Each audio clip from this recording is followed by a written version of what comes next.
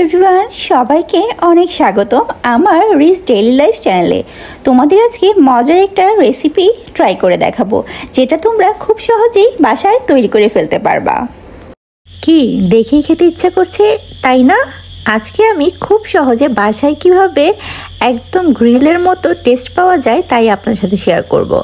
এখানে আমি 2 পিস মাংস নিয়েছিলাম, সেটা আমি সুন্দর করে একটু কাট করে নিয়েছি যাতে ভিতরে মশলাটা ভালো মতো যায়।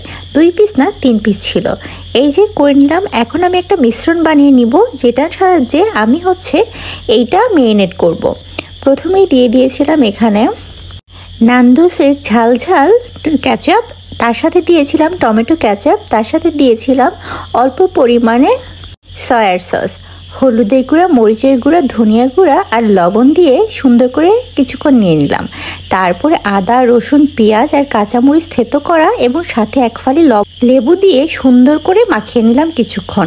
এখন মাংসের পিসগুলা এক এক করে এই মিশ্রণটির মধ্যে দিয়ে দিব এবং ভালো করে ম্যারিনেট করে রাখবো।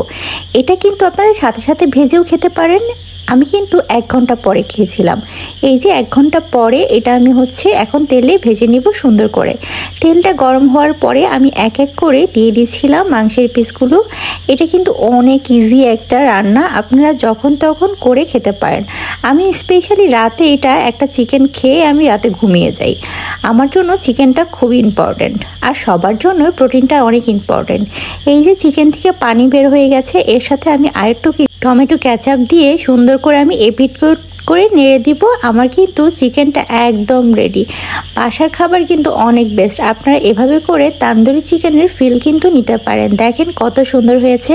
আমার রেসিপিটা আপনাদের কেমন লেগেছে অবশ্যই কিন্তু আমাকে জানাবেন, লাইক কমেন্ট দিয়ে পাশে থাকবেন এবং অবশ্যই কিন্তু বাসায় একবার হলেও এই রেসিপিটা ট্রাই করে দেখবেন। এত ইয়াম্মি, এটা ভাত, রুটি, পরোটা, পোলাও সব দিয়ে আপনারা খেতে পারবেন। কেমন হয়েছে?